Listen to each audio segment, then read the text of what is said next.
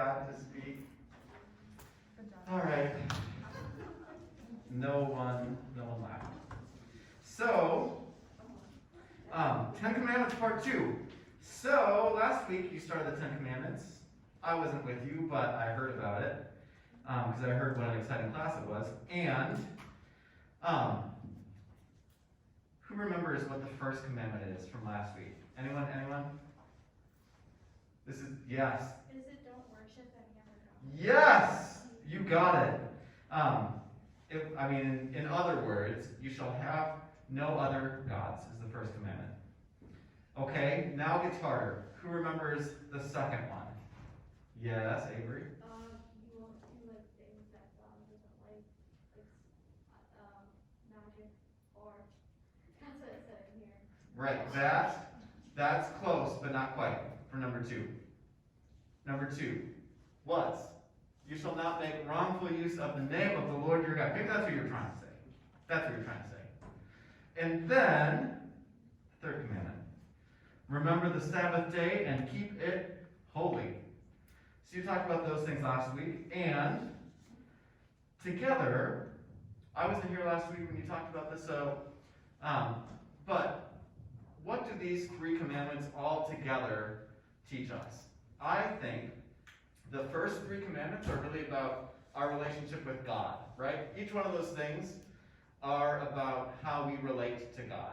The first one says, don't worship any other gods. The second one says, don't use God's name the wrong way. And the third one says, remember the Sabbath day, or the day that God rested from creating. Okay, so another way to say that is the first 3 commandments tell us we honor God above everything else. That's what we're supposed to take away from the first 3 commandments. Okay, after the third commandment, it takes a little bit of a switch. Are you ready? So here's the 4th commandment. 4, honor your father and mother. So the first 3 were all about God, right? And now all of a sudden, starting with the 4th commandment, we're talking about other people. And the first one is about our parents.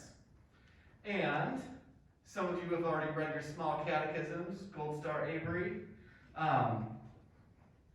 What does this mean? So Luther, you probably learned this last week, each commandment, Luther lists it, and then he says, what does this mean? And then Martin Luther writes a handy little explanation. And what he writes about the 4th commandment is, we are to fear and love God so that we neither despise nor anger our parents and others in authority, but instead honor, serve, obey, and respect them. So, parents in the room are happy to hear all that. But you should neither despise nor anger parents or others in authority, but instead honor, serve, obey, and respect them. Okay, the 5th commandment is, you shall not murder. What does this mean? Luther says, we are to fear and love God so that we neither endanger nor harm the lives of our neighbors, but instead help and support them in all of life's needs. And the 6th commandment is, you shall not commit adultery. That may or may not be a new word for some of you, and it's a tough one to talk about. But adultery is like when 2 people are married and have made promises to one another, and then they betray those promises and they fall in love with someone else.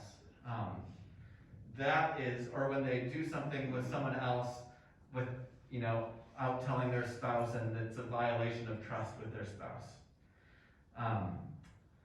And what does Luther say? He says, we are to fear and love God so that we lead pure and decent lives in word and deed, and each of us loves and honors his or her spouse. So, these 3 commandments, the first 3 were all about how we relate to God. The next 3, 4, 5, and 6, are all about how we relate to other people. The first one is about our parents, the 4th one is about our parents, the 5th one is about just not murdering people and not hating people. And the 6th one is about how we relate to spouses, which is a little early for all of you, but someday that will be really relevant. I want to point something else out that I think is super interesting. Notice that the commandments say, like, take the 5th commandment, right? The 5th commandment says, you shall not murder, right? That means you shouldn't kill anyone, right? But when Luther explains what that commandment means, he goes way further than that, right? He says, we are to fear and love God so that we neither endanger nor harm the lives of our neighbors, but instead help and support them in all of life's needs. So Luther says, it's not enough just not to murder people. Like, for sure, don't murder people. But on top of that, you should actually make sure that you help and support them in everything that they need. So Luther actually says the commandment about murder is way bigger than just murdering people. In fact, if you harbor like hatred in your heart toward another person, that is a violation of the commandment, which is a really kind of radical thing, right? And the same with like honor your father and mother. Notice that Luther adds and others in authority. So Luther says this isn't just about respecting your parents who are authority figures in your life. This is about everyone who's an authority figure in your life. You should honor them as well. And the same with the 6th commandment. Luther says it's not enough just not to commit adultery. You actually need to honor and love your spouse. So Luther likes to take the commandments and make them even bigger than just what the commandment itself says.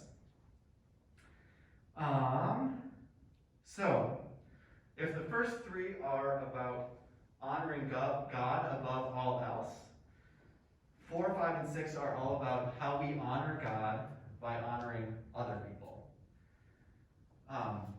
So it's kind of interesting that that the Bible starts with commandments that are about God, and then moves to commandments that are about how we relate to each other.